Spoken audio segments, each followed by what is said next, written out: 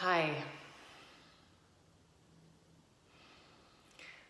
Last week I shared on my KSD eBlast, through my KSD eBlast list, the first piece of writing on white body supremacy.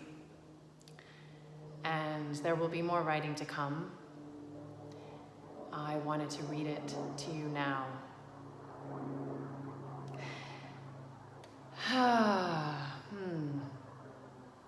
I got my favorite rooster mug here to accompany me.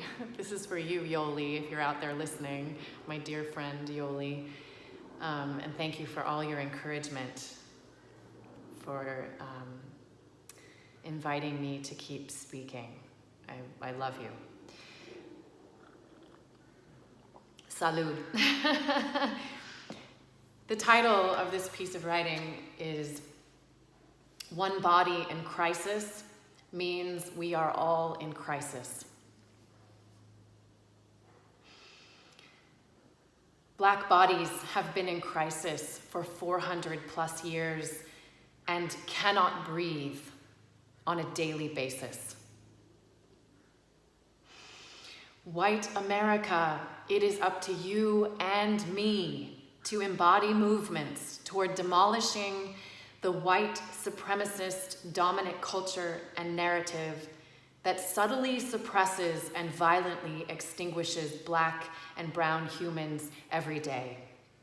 We have not atoned for the evils of slavery and genocide that have built the structures of our nation, including dance and the arts. Regardless of our differing opinions about how to enact reparations, we must embody the process on a daily basis. In every small angle and large circle we create in the art of our lives. It is indeed an art and practice of movement. Listening to Ta-Nehisi Coates talk about hope today, when I wrote this, which would have been last week, listening to him talk on the Ezra Klein show about hope, I felt the contracting hope in my body over the last days expand a little bit. Like many of you, I sobbed and sobbed last Saturday night, which would have been 2 Saturdays ago, for the seemingly never-ending violence, trauma, microaggressions, and masterful injustices toward Black Americans. That morning in Seattle began thunderous and dark. It rained heavily throughout the day, and I was grateful to feel the atmosphere crying with us. I sobbed with my life partner of 22 years. Our marriage began in conversations about removing ourselves from white enclaves, reversing white flight, serving all humans, untangling from the white supremacist heritage he and I carry in our bodies, embodying change-making in our workplaces, communities, and personal relationships to unsnarl white body supremacy, raising and educating our future children in direct opposition to how we had been egregiously raised and educated. I sobbed for how little impact it feels we can have, for how small this KSD platform is for creating transformative change through dance. But after the grief, I will get up and move and move and move again for justice for Black Earth bodies. We are one Earth. I hope my embodied words inspire other white sisters and brothers, fathers and mothers, friends and neighbors to keep doing the work. An art and practice of movement is to begin from and to return to love over and over again, even in the depths of rage, grief, and horrendous injustice to one's body and spirit and child. And in the document I hyperlink to the lynching story of Mary Turner. An art and practice of movement seeks the big love source for healing and evolution that has a name and no names. Some call this source God. African American humans have been demonstrating this power of moving love, and I hyperlink here to Northwest Tap Connection. African Americans have been demonstrating this power of moving love for self, neighbor, earth, a named and unnamed God for centuries, lifting their collective body and spirit up through seemingly never-ending crimes against their humanity. We white bodies collectively have yet to understand the power and truth in their music and dance.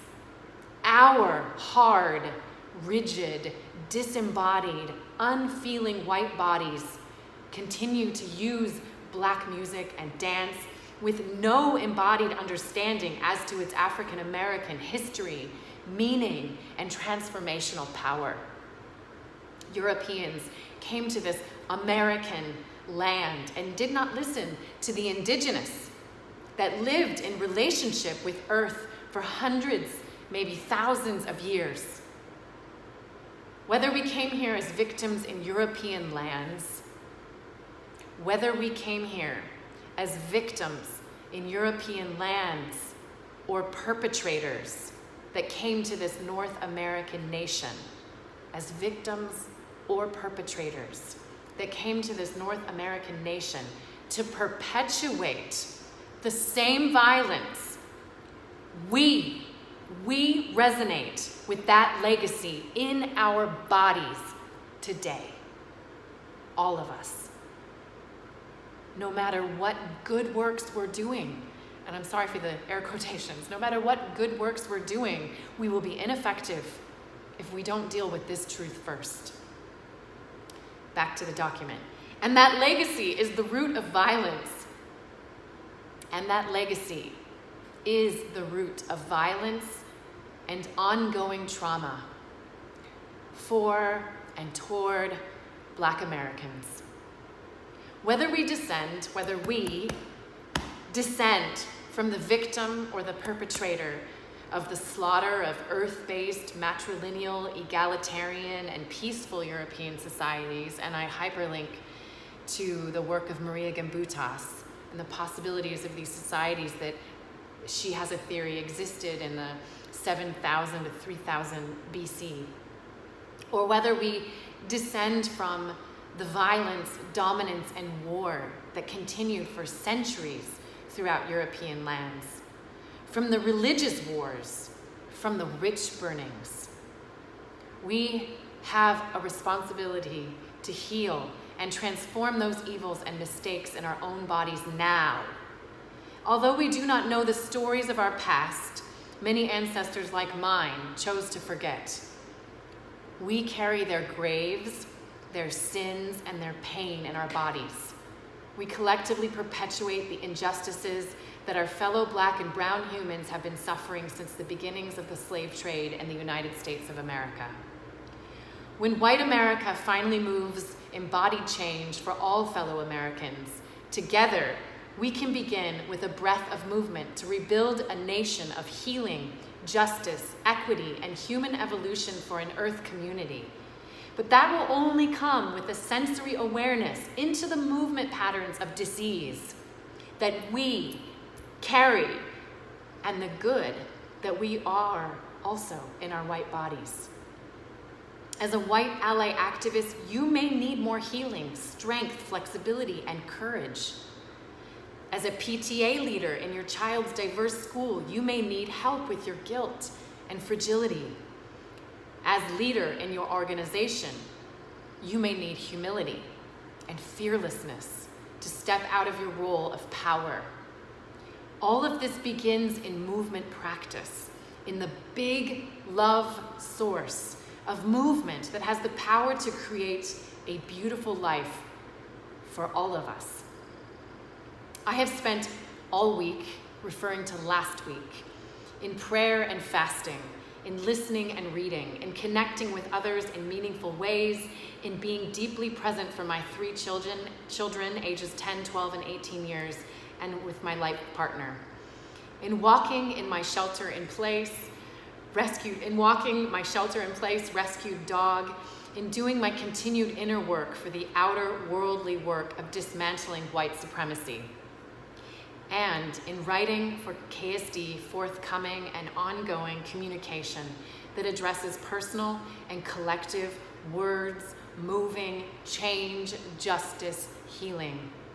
All of these movements I have made this week are in the hopes that my words and actions will be embodied, effective change-making. This has been my art and practice of movement, to begin again and again and again, to seek the big love source of movement in my body, to do the work of change for ending white supremacy, white embodied body supremacy, to keep moving after surrender to the collective pain and suffering of Black Americans, to surrender to the risk in the mistakes I will make, even when moving with the eye of my heart, moving for the future I believe in, for the vision of a future that gives me hope through this painful, raging, mourning, fighting dance.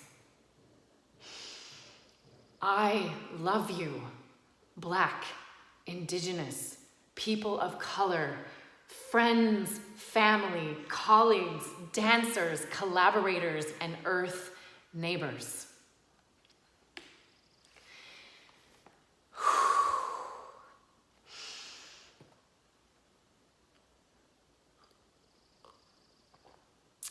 Shortly after I wrote this, someone shared with me, actually a colleague in dance who is in this work of transformation and evolution through the body, through movement, a dear friend, Emily, she's on the East Coast.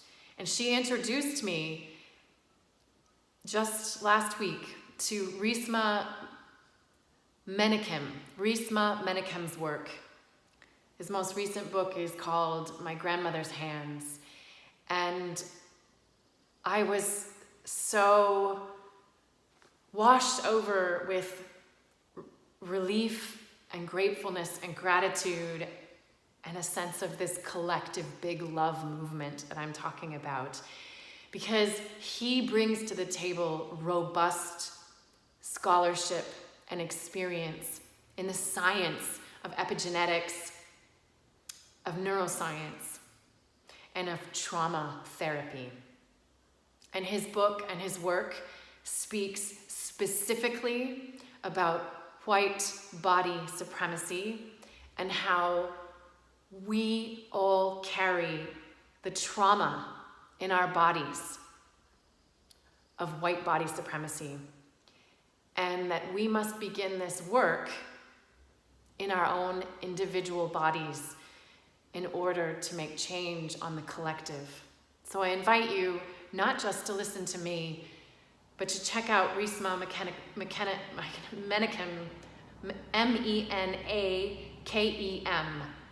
That's his last name. In fact, at the same time as I was reading about his work, a new episode dropped in the On Being podcast by Krista Tippett in her interview with Resmaa about his book, My Grandmother's Hands, and about this work. And in his book, he has body practices. And he gave one of them, which was about turning the neck and turning the hips. And he talked about it both for the impact for Black and brown bodies of culture, as he calls them, and white bodies. And that the impact on the nerve, and I'm forgetting the name of it, the vagal nerve, the ventral nerve, and the connection to the psoas. I try to tend to be this very intellectual person that can recall important things, and I've lost it, and I will accept that.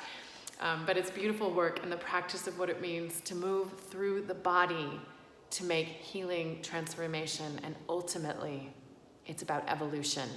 And this work can remove the block that we have to evolution.